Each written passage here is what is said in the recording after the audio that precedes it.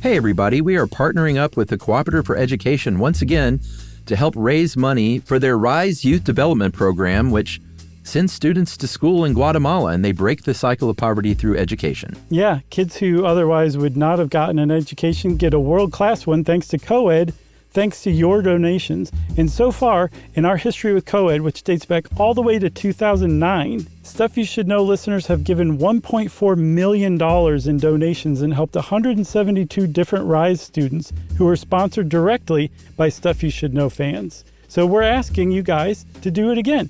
And if you go to cooperativeforeducation.org and give today as little as $20 to support a RISE student, you will be entered into a raffle to be picked to hang out with us virtually in January.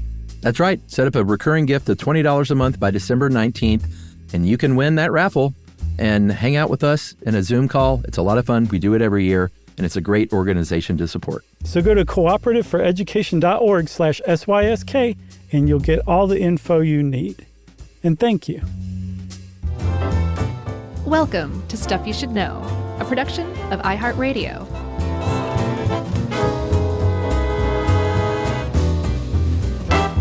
Hey, and welcome to the podcast. I'm Josh, and there's Chuck, and it's just us. Jerry's on leave right now. She's having a little R&R, living it up in the South Seas, falling in love, spending a lot of time on the beach, writing people's names in the sand for money.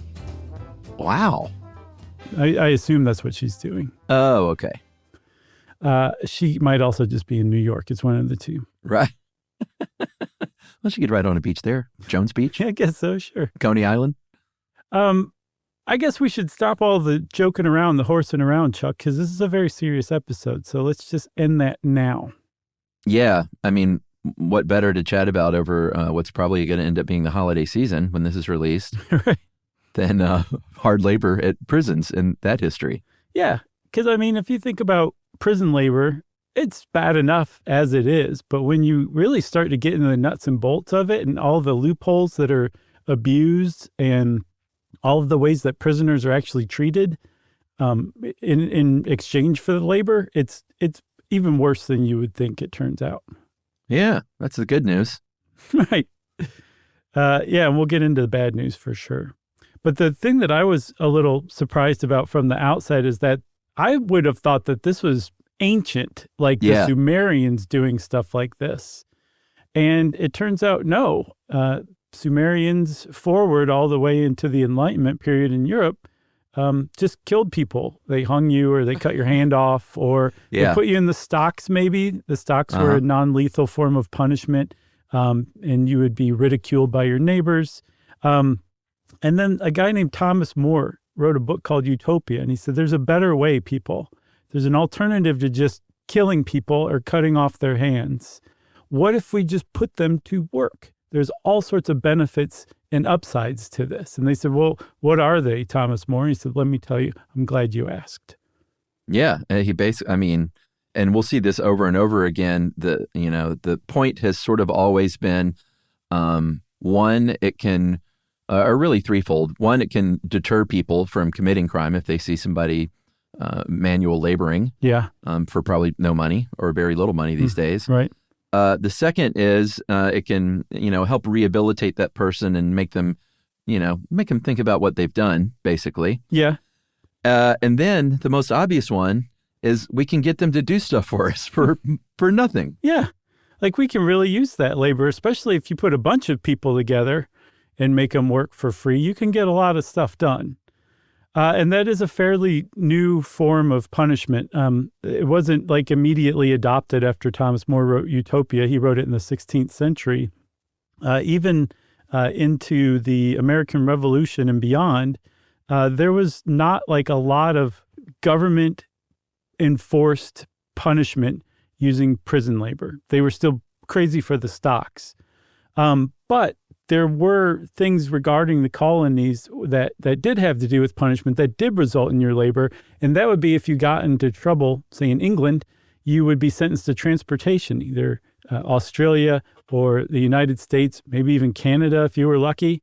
And I think 60,000 people before the American Revolution, while America was British colonies or were British colonies, were sentenced to transportation and showed up there and said, okay, what do you want me to do? I'm here to work. Yeah, well, I doubt if they said that. They were probably more told that, but they were known as the king's passengers. Mm-hmm. And they, the colonies, the people in the colonies, they weren't that wild about this.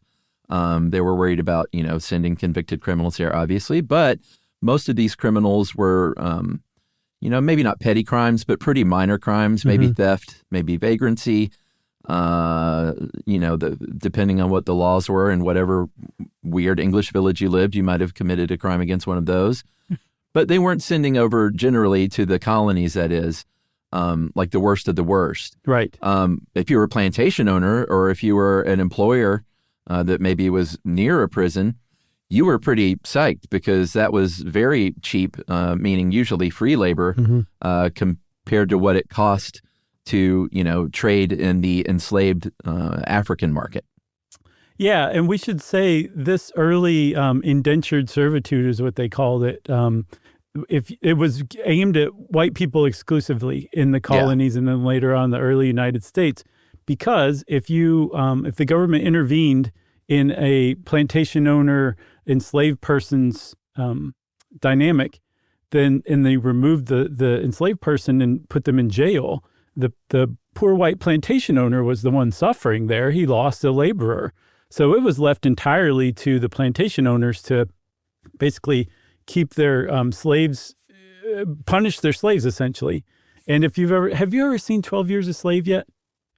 I still shamefully cannot bring myself to see that movie. Yeah, I mean, I get it. I totally understand your reticence, but it's the way that plantation owners punished slaves is depicted throughout in really brutal, honest fashion, and it really drives home like what it was like. But you were left up to the guy that owned you legally, doling out punishment based on his whim, essentially.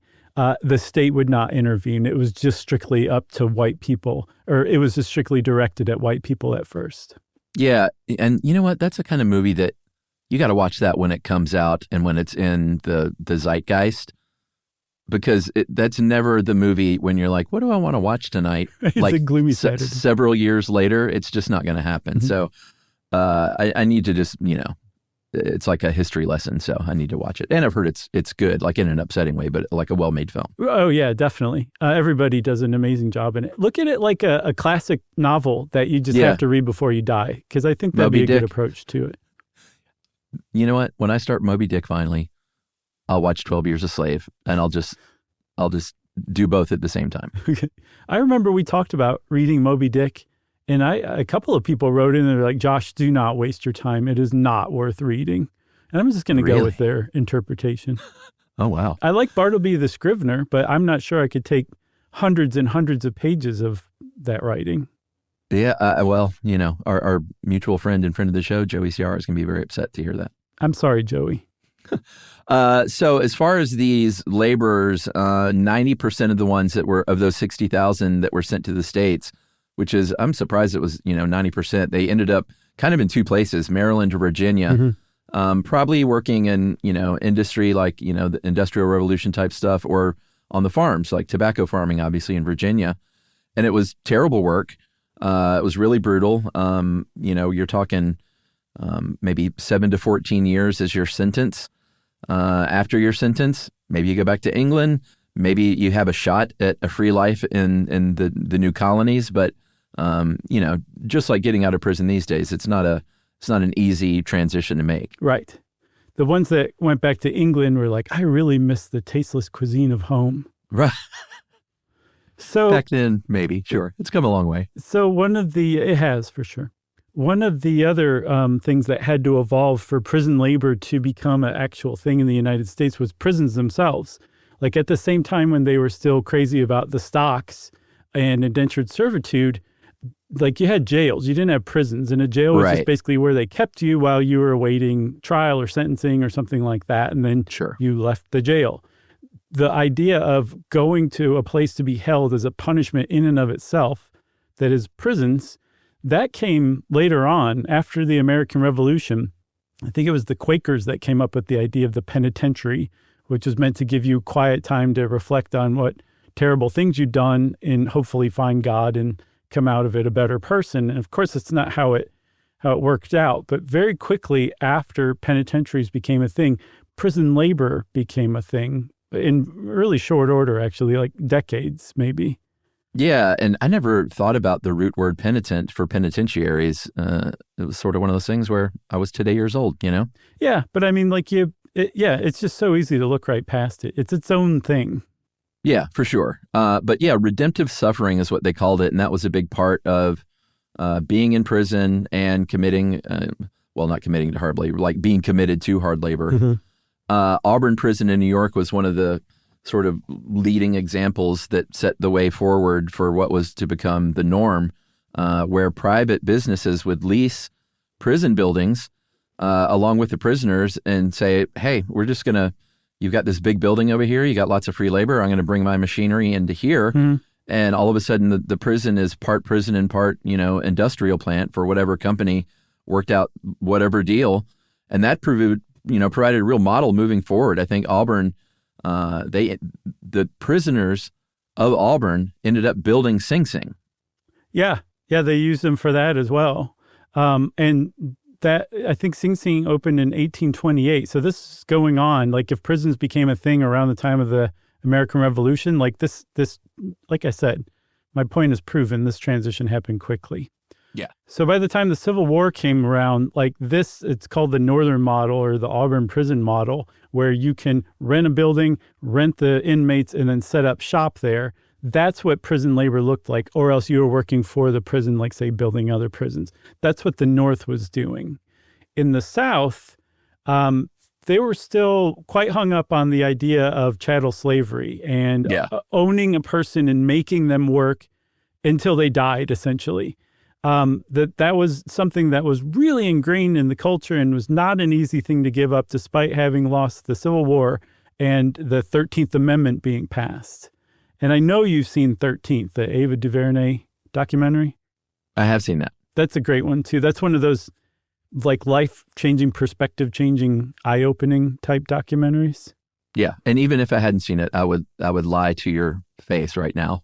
Okay. And all of our listeners, because there's no way you're going to double shame me. Well, how about this? But I did see it. If you are lying right now and you go look for it, do not be confused by the documentary 13th that came out in 2025. Yeah, which different is about it's about the high-pressure student exams in India. Yeah. Well, I mean, I'm sure that's upsetting too. I'm sure. But the 13th Amendment is kind of what we're talking about here. And that's not only abolished slavery, it abolished involuntary servitude of all kinds, except one tiny provision, one little loophole that said that if you're a convicted prisoner, you can be punished with slave labor. That's okay. And not only was it okay, it's enshrined in the Constitution that slave labor is legal in prisons. Yeah. And, it's one of those things where it's hard to go back and imagine what the original framers intended, but I think most people agree that they didn't intend to just have, enslavement in another name, basically. Right. Whereas that's basically what happened for a long, long time, through the loophole. And, you mentioned loopholes at the beginning. There's been a lot of loopholes over the year, and anytime there's a loophole, somebody's going to exploit it, like for greedy purposes. Yeah. Free labor? I saw that the reason that they included it in that amendment was because it was just such a no-brainer that you would want the ability to perform hard labor rather than just being punished in other ways, that it was just an accepted thing. That, the loophole wasn't meant to be there. But in the South, almost immediately, they put that to use. We did an episode on the Black Codes back in January of 2022. Yeah. Another very eye-opening topic. And those only lasted like a year or two. And it was basically they criminalized being a free Black person in the South. Yeah. And so they could pick you up and they could arrest you with something. If you couldn't prove on the spot that, say, you had a job, you'd be arrested for vagrancy. You'd be taken to jail.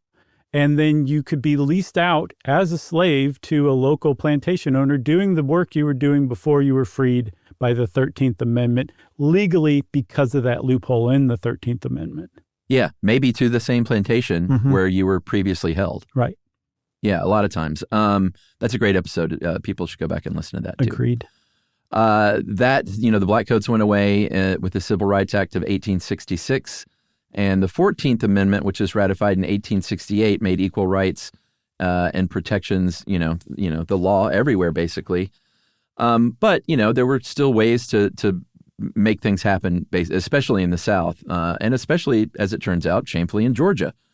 Georgia kind of led the way. In 1868, there was a provisional governor named Thomas Ruger, and he leased, this is when the big sort of prisoner trade started, where they were leasing prisoners to different states, kind of back and forth. Like, hey, you've got a farm in your state that needs like a crop tended to. Well, let me lease you some prisoners from our state. Mm-hmm.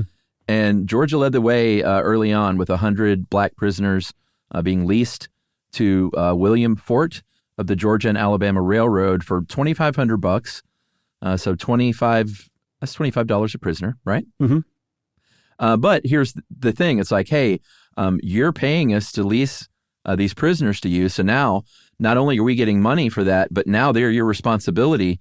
But your responsibility didn't really mean anything. Like 16 of those prisoners died in the first year. And as you'll see, a story that, is going to be repeated over and over. That was, one of the biggest problems with all of this is like basic medical care was not provided and decent food. And certainly like, if somebody was sick, they would just let them die, basically. Right. And that still happens today. I mean, not quite to that dramatic a degree, but when people die in custody in prison, there's not a lot that the prison's held accountable for. So that's essentially a long-standing thing in the United States. People like prisoners dying, even though they haven't been sentenced to death. So I think you said that Georgia was making some pretty good money off of this starting in the 1860s. I read this started to, like other states were like, oh, yeah, that's a really good idea.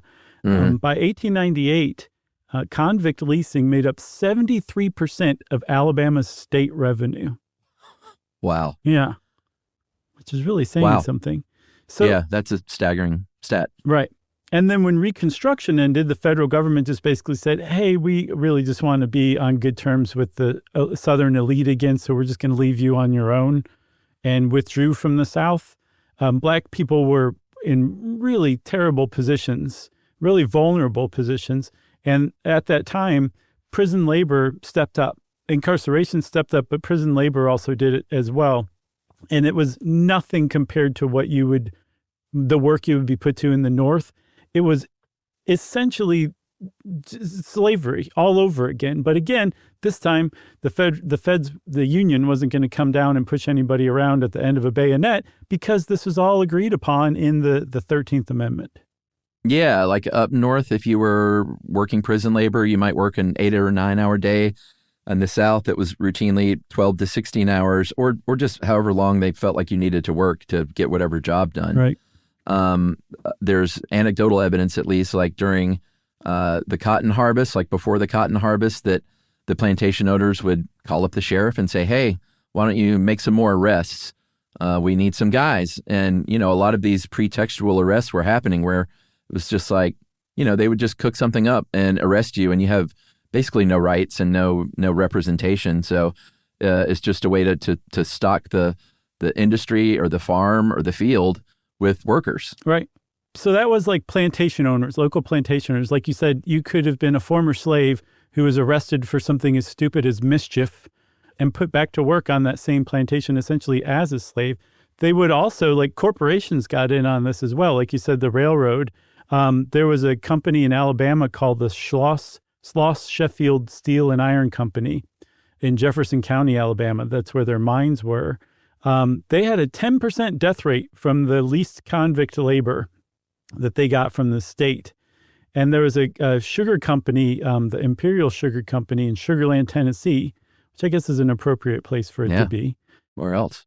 A lot of people died when Texas leased them every single state prisoner it had in 1878 to help in the sugar fields. People were dying of things like malaria. Like you said, they weren't given any kind of medical care at all. They were fed just the minimum amount to keep them alive and have energy enough to work. And this was just par for the course in the South. Yeah, I mean, I was bagging on Georgia because that's our home state, or my home state. But Louisiana has kind of from the beginning been certainly one of the worst offenders. In the 1870s and 80s, they built the New Orleans Pacific Railway with prison labor. About 140 people died. And when you look at some of the incarceration rates, and especially incarceration rates for black males in the United States today, Louisiana leads the way. And also with some of the worst, working conditions for forced labor. Mm-hmm. That's another thing, too, that you mentioned. Like they built the railroad, or say they mined something that was turned into a product that people use. They don't think about, I'm sure they didn't think like, oh, this railroad's really nice. The prisoners who built it really did a good job. Right. And that actually still carries on today. Like a lot of people don't realize that the stuff they're buying from a big box retailer was made somewhere down the line by a convict who was essentially leased out to that company to make those products. It still goes on today. Yeah.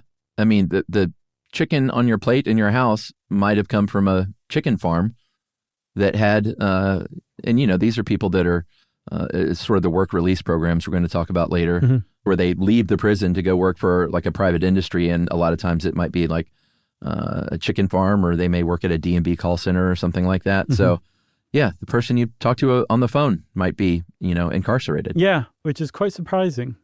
But Chuck, don't call it convict leasing, even though essentially it's so much the same thing that basically just the people's clothes changed.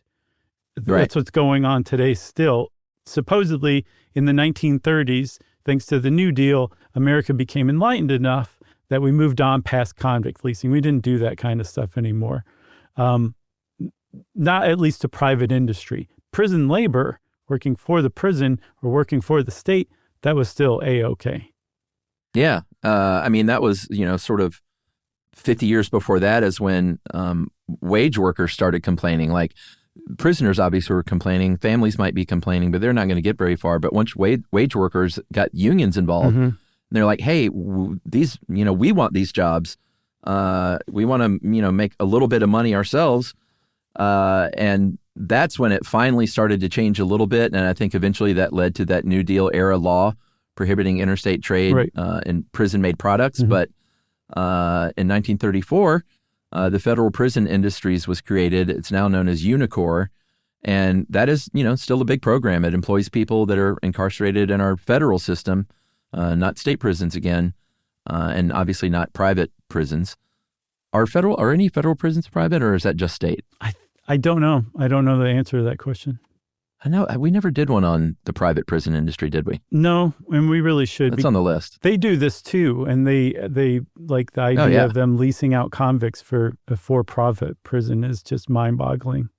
Yeah, for sure. But yeah, with UNICOR, they're making things for the federal government, like a lot of times, military fatigues or furniture, stuff like that. Right. Yeah. Yeah. And if you are a government agency, you have to go to UNICOR first to see if they have what you want. Then you order for them then. And so even still today, like companies complain like these guys, it's unfair competition. They have like unpaid labor making these products so they can sell it for whatever. And the feds are basically like, we can't hear you. Should we take a break? I think so. Yeah. I mean, since the feds can't hear us. Yeah. Right. We might as well. We might as well. All right. We'll be right back with more on prison labor.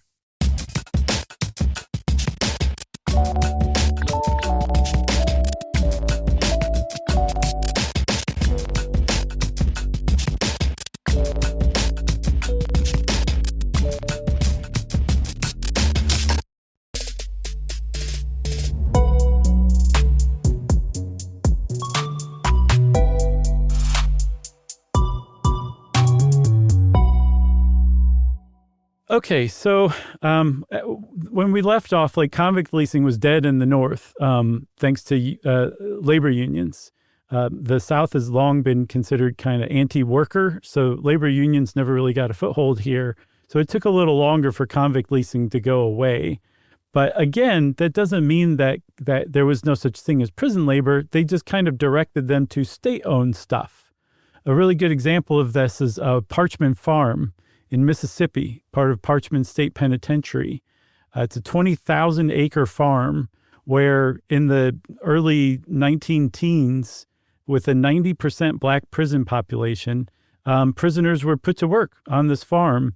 And one of the reasons it got so famous very quickly, in addition to just the scope of what was going on, was they used a trustee system. They spelled it trustee as in trusty, where some of the worst, most violent convicted felons that were prisoners there were given rifles and said, you guys make sure this other 80% of your fellow prisoners do the work the way we want them to. Yeah, that's a really interesting system. It really is. It seems risky, you know? Yeah, I wanted to look more. I'm going to look more into that just for my own edification, but because I'm curious that dynamic is, I don't know, it seems like it would create a really dodgy dynamic. It would, but it also reminded me of, what is the Quentin Tarantino antebellum slavery movie? Django Unchained. Yeah, Django. Remember he posed as a black slaver? Uh-huh. That's kind of how I took it to kind of be like. Yeah, I think you're probably right. Chain gangs is something that, you've seen in like movies and stuff. Like I was watching Oh Brother, Where Art Thou again the other night. I forgot they have that in there. And there was, chain gang scenes in that.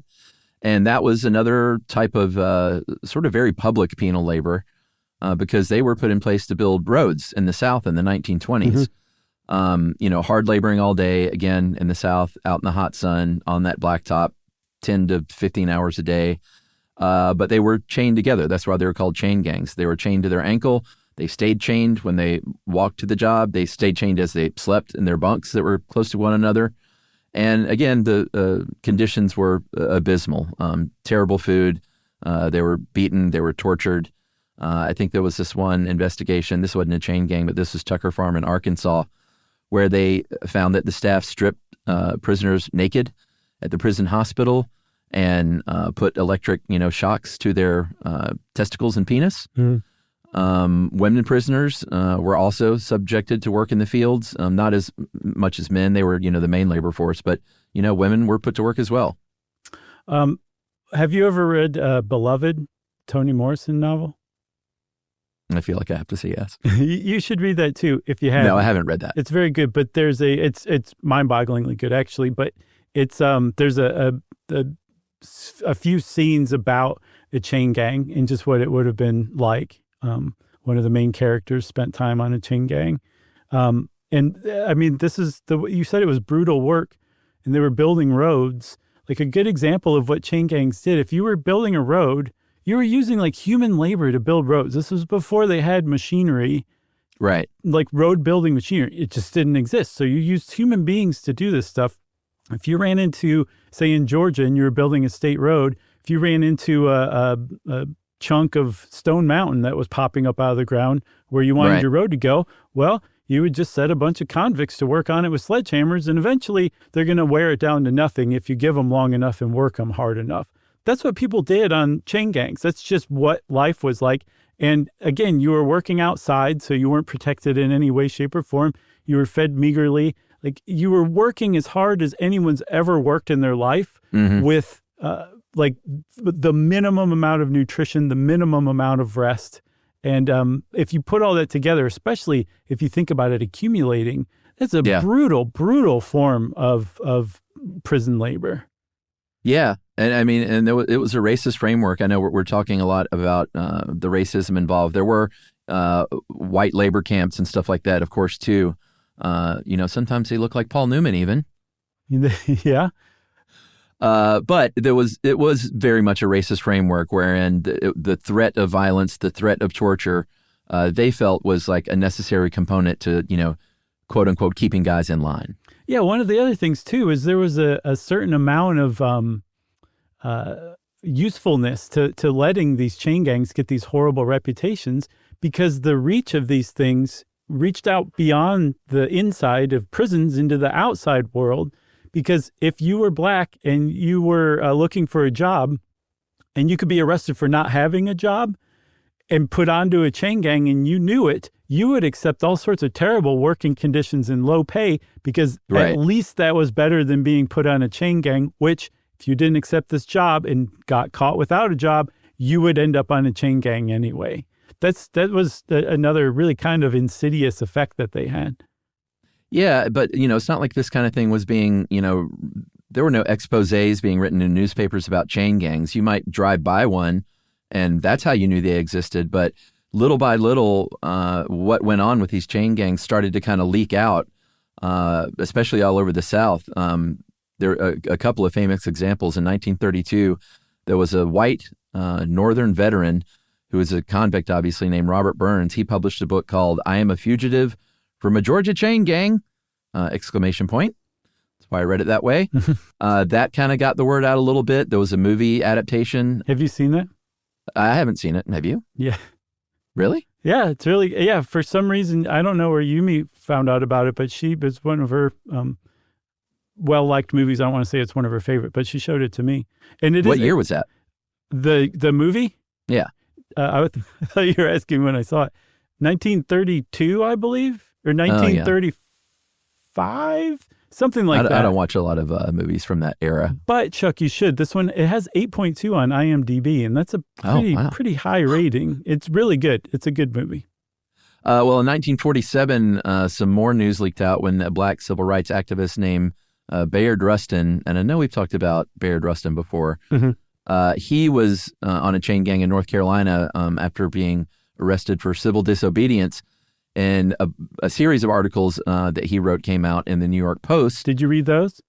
I read snippets from it just to sort of get an idea. Oh, I was just kidding. Oh, no. I looked into some of it, but I didn't sit around and read them. Yeah, I got you. Yeah, no, I was just trying to get you again. I got you. But the 50s and 60s, because of the New York Post and because of that movie that Yumi loves came out, 50s and 60s is kind of when chain gangs basically went away. Although, if you lived in Maricopa County, Arizona in the 90s, they tried pretty hard. What was that guy's name? The sheriff there? Joe Arpaio. Yeah, I'm not sure how you pronounce it, but he made big news a lot. Yeah. And he was one of the guys trying to push for the reinstatement of the chain gangs. Did not happen, though, because, again, America lost its taste for chain gangs in the first half of the 20th century, and the idea of bringing them back was not something that you would want to do. Even beyond that, not bringing back the chain gangs, prison labor got to be more and more, or I should say less and less brutal. How about that? Because the other way I could have put it is more and more less brutal, and that just doesn't make sense. Well, we took a late break, so it wasn't too long ago, but I feel like we should go ahead and get our second one under our belt. Okay. All right, we'll be right back and talk about the modern era of mass incarceration.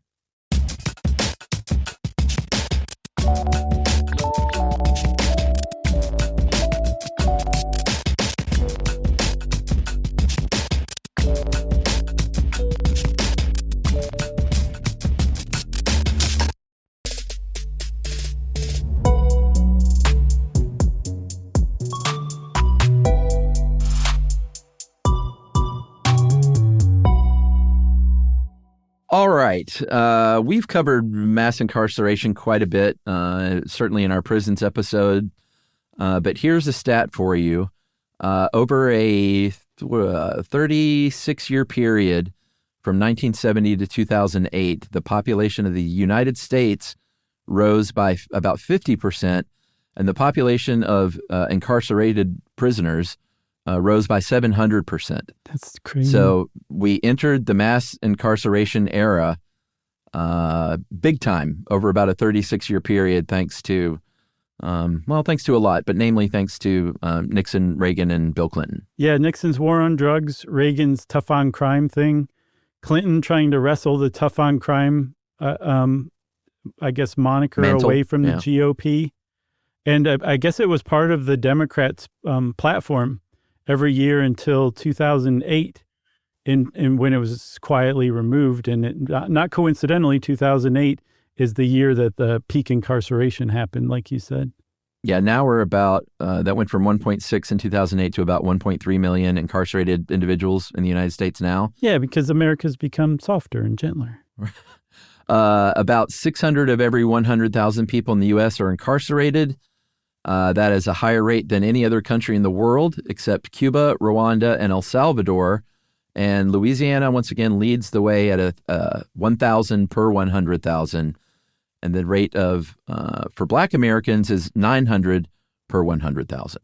Can I talk about El Salvador for a second? Because I looked into their incredibly high incarceration rates. Sure. Do they do prison labor? I didn't check that out, but I got this other stuff about it. How about that? Sure. So they have essentially established an authoritarian crackdown on gangs. And in 2015, their murder rate was 103 people per 100,000 population, which means every year more than 1% of their population was murdered. So they cracked down on gangs and just started throwing everybody in jail. And between 2015 and 2022, their murder rate went from 103 per 100,000 to 7.8 per 100,000, which you're like, okay, that's actually, I mean, authoritarian crackdowns on gangs and prisons is not very tasteful, but at least they got results. Here in the United States, we don't have the same excuse for that level of rise in incarceration. Our homicide rate in 1955 was 4.5. In 2024, it was like 5. It's remained relatively flat, give or take a few points like here or there over the years. So there's no reason why our prison population should have increased 700%. There's no reason for it. Yeah. Unless you expand crimes, especially nonviolent crimes like drug possession, and really throw the book at people, which is what happened during that time. Right. Exactly. As far as prison labor goes, most of the people in state and federal prison these days do some kind of prison labor. I think out of the 1.3 million-ish, it's about 800,000 as of a few years ago. The ones who don't are probably either too old or have some sort of disability or health problem that won't allow them to. About 80% of those workers are working for the prison. So, when you work in the cafeteria or you work in the laundry or something like that, that's about 80% of it. Mm-hmm. And most of the rest are kind of what we were talking about earlier. Government-run operations. Maybe you do laundry for a public hospital. Maybe you work in that DMV call center. About 2% of total prison workers in the federal prison system work for Unicor still. And I was curious about the whole license plate thing, that sort of trope. But most of that doesn't happen at prisons anymore because it's just cheaper to have, robot machinery do that kind of thing. But it's still a thing in some states. And I know Utah is one of them. It's called the UCI operation, and they call themselves plate busters. Mm-hmm. And they make them all, even the specialty like Ski Utah plates mm-hmm. and the Olympic plates and stuff like that. They're making them all still. I saw that there's like a long-standing kind of jokey observation that prisoners in New Hampshire make their license plate, and on the license plate it says "Live free or die." Right. And that's actually true, and they still do today at the state prison in Concord. The prisoners in New Hampshire make those license plates. Yeah, I imagine making those and making Ski Utah plates, or I don't know, adds a little salt to the situation, For sure. I like that saying. A little salt to the situation. Yeah. Well, I didn't want to say wound. No one likes that word. No, it's not a very pleasant word. Some of these prisoners do dangerous work too, though. It's not all just like sort of hourly easy stuff. No. I mean, like, again, you're engaged in forced unpaid labor. So you go where they tell you to go. I know in California, you might end up fighting wildfires. And this is one of the highest paying jobs, as we'll see. You get $2 to $5 a day plus $1 an hour when you're actively fighting wildfires in California. That's something they can make you do if you're a prisoner. Yeah. Saving the houses of the wealthy. Yeah. But not always wealthy, to be fair. Yeah. No, but there are a lot of wealthy people in California, to be sure. Yeah. Not only firefighting, disaster recovery sometimes, lead paint removal. I think there's around 5% of the incarcerated workforce, which is about 40,000 people, work for private industry still. Right. And that a lot of times is like the work camp that I was talking about. So they may work at a fast food restaurant, or may be like work on the custodial staff at a well-known hotel chain.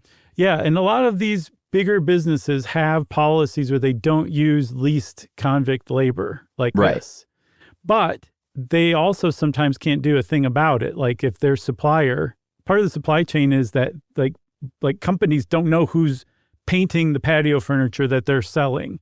Like they just don't know. And that the company painting the furniture might be using leased convict labor, or they their franchisees can use leased convict labor, and the corporate office can't do anything about it because they don't own those stores. So it still does happen, even though large corporations in the U.S. tend to have policies against that, and in fact have policies that that they put in place to hire felons, like preferential hiring of felons. Still, it washes out to where there's plenty of leased convict labor today in private businesses. Yeah, and we've talked about money a little bit here and there, like no pay, and sometimes there is pay, sometimes there isn't. There's no federal law that says that someone has to be paid for work if they're a prisoner. Right. On the state level, it depends on the state, but a lot of them pay nothing at all. I think the average pay for a prisoner in the U.S. is 52 cents an hour, and that was like 3 years ago. So I doubt if it's gone up that much. Who knows? Maybe it's gone down. Almost always under $1 an hour. You may get like minimum wage if you work one of the really hazardous jobs in a pretty forward-thinking state. But then the prison can turn around and say, yeah, but we're going to take most of that paycheck to cover like room and board, or maybe to provide restitution to your victims if it was a financial thing. Exactly. So like even if you're off making federal minimum wage at KFC as as a prisoner, as part of your prison labor, you're ending up with pennies on the dollar per hour after they deduct all that stuff from you. So that's why that average for all prison workers is 52 cents an hour, because they deduct so many things. That's why it's essentially convict leasing. That person goes out, works, they get paid, and the prison says, we're taking this X amount of your pay for our own use. That has to go into the private prison, like financial, success rate, right? Precisely. That private prisons are able to do that. They probably deduct way more. But the other problem with it, too, is that they're at the same time getting tax breaks for leasing out their convicts to use in the outside world. So they're getting like fees and tax breaks. It's quite a racket from what I can tell. Yeah, while the basic needs a lot of times of these prisoners aren't even being met, still some pretty bad conditions as far as medical treatment goes and food. I think Olivia helped us with this. She did a great job, but she found one woman named Carla Simmons who is incarcerated in a woman's prison, and she wrote last year, and this is right here in Georgia, that prisoners aren't paid, and she said the food is so bad that people try to get work assignments where they can dig through the trash to eat the guards' meals, like the portions that they threw away. Good God. In 2024. Yeah. One of the other things, too, is that, people point to this and say, like, okay, yes, we agree that prison labor is in and of itself a good thing. Like Thomas More was right. Like there is redemption in labor. So we're not saying do away with it, but it needs a lot of reforms. These are the people who are like, reform-minded about the whole thing. There's basically no one saying we should do away with prison labor, but they say it should be the kind of labor that's going to help them get jobs on the outside where they learn valuable skills. They should be paid fairly, federal minimum wage at least, for the labor that they're doing. And they should also get protections that any worker gets in the United States. This to me is mind-blowing. We have workers' protections out the yin-yang here in the U.S. We have OSHA, we have the Fair Labor Standards Act. All of these are meant to protect workers physically from injury and also protect them from being screwed over by their employers. And court after court after court has ruled that prison laborers do not count for these protections. They're not classified as employees because, as I saw it put, the prison owns the prisoner's labor. The laborer doesn't own their own labor. So how can an employee be in that situation? They can't, therefore they don't get any of these protections. Yeah, there was a lawsuit brought in Alabama in 2024 that was dismissed because they basically were like, oh, this isn't forced labor. These are mandatory chores. So it's just like, depends on what you want to call it, I guess.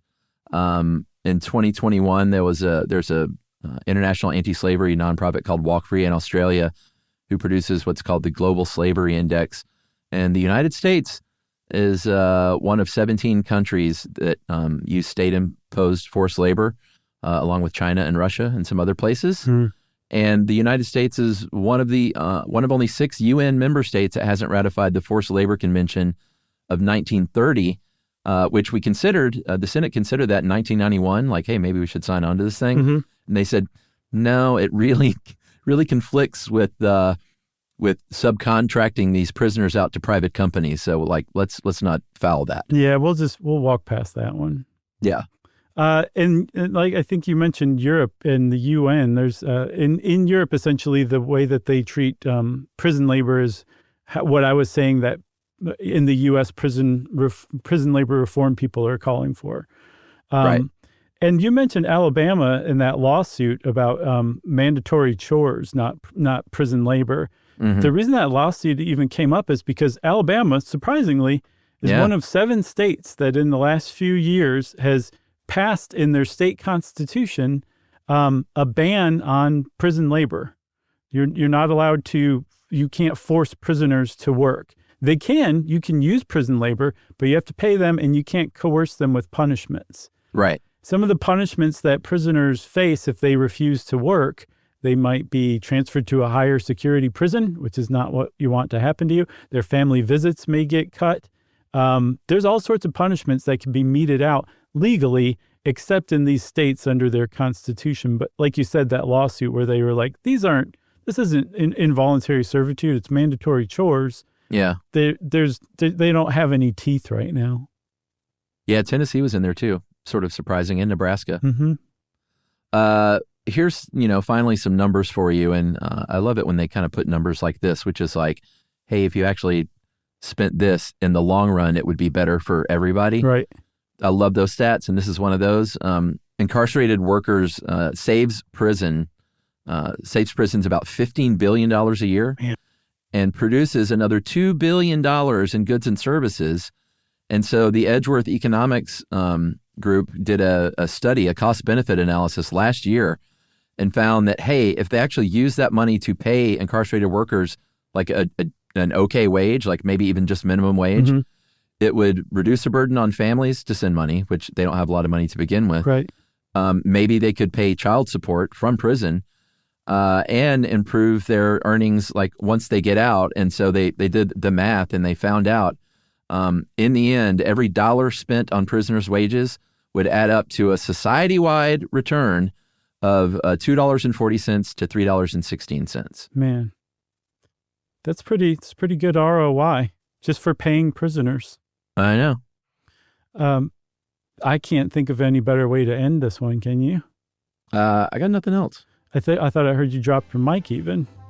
No, it's still up. Okay. Well, since Chuck said his mic's still good to go, I guess it's time for listener mail. It's hard to drop the mic in the studio because you got to unscrew it. No. I've got like a windscreen. 2 things have to get unplugged. And by that time, everyone's left the room, They gave you a windscreen? I didn't get a windscreen. I bought my own. I brought this from home. So who is this from? This is from Kimberly. Hey guys, thanks for keeping me company on long work trips, during chores, and throughout my day-to-day life. I feel like I'm listening to old friends, like a lot of people have said before. I appreciate how my worldview is challenged and enlightened when I listen to the show. My weekly trivia team also appreciates how I can answer some of the most random questions, thanks to the random facts. And Kimberly sent in a great recommendation, how crowds work. I'd love to know more about how humans move through crowds. How do we manage to avoid bumping into each other at airports, stadiums, and other crowded places? That's a great one. How do we avoid crowd crushes? I feel like we touched on that, no? We have on our Black Friday episode and a couple others. Yes. We've talked about crowd crushes. Yeah, I think maybe just crowds would be a pretty good idea, Kimberly. We could work in standing in line, where that came from. Do people do that? I don't stand in lines. No. A lot of people do, surprisingly. Oh, boy. And wait for their turn, I think is what they call it, their turn. I'm a line jumper. People love those guys. Yeah, right. The key is to just not pay attention to anyone behind you. Pretend like they're not there. I had a guy at the airport recently, and boarding an airplane in the United States is just one of the worst things that can happen, especially after I've seen how they do it in Australia, which is to say civil and friendly. And this guy was standing behind us, me and Emily and Ruby, like in the line really to get on, not the crowd that goes before they announce it. And he just all of a sudden just walked right around us and jumped in front, or tried to. And I sort of just bodied up a little bit. Yeah. And you want to see an incensed human is, I don't know if it's all 10-year-olds, but my daughter, when someone tries to jump a line, she was furious. Did you see that guy? He tried to break in line. It was almost no worse offense at that age. Was he in earshot? Did he hear her say that? Well, I don't think so, but I repeated it loudly so Emily could hear. Nice. I said, "Did you hear what Ruby just said?" Nice. She's calling out this guy behind us. Man, why would you do that? I don't know. It's just, I don't know, Josh. I mean, I get the drive to get on board as fast as possible to get some overhead space so they don't check your carry-on bag because that's all you have. And you don't want to stand around waiting for it because you got to get out of the airport as soon as possible. But you still don't walk around people that you're in line behind. I know. And we were in that sort of, they do zones now. I think we were zone 1 or 2, so it wasn't like we were at the back of the plane and it was going to be dog eat dog for that space. Yeah. Maybe he just could not wait to get some pretzels. Ugh. The mustard. Anyway, ones. sorry. Rant over. Was that the end of Kimberly's email too? Yeah. Great idea, Kimberly. I think we will do one on crowds eventually, and we will try like heck to remember to credit you with the idea because it was 100% yours. That's right. If you want to be like Kimberly and give us a great idea, we love that kind of thing. You can send it off to stuffpodcast@iheartradio.com.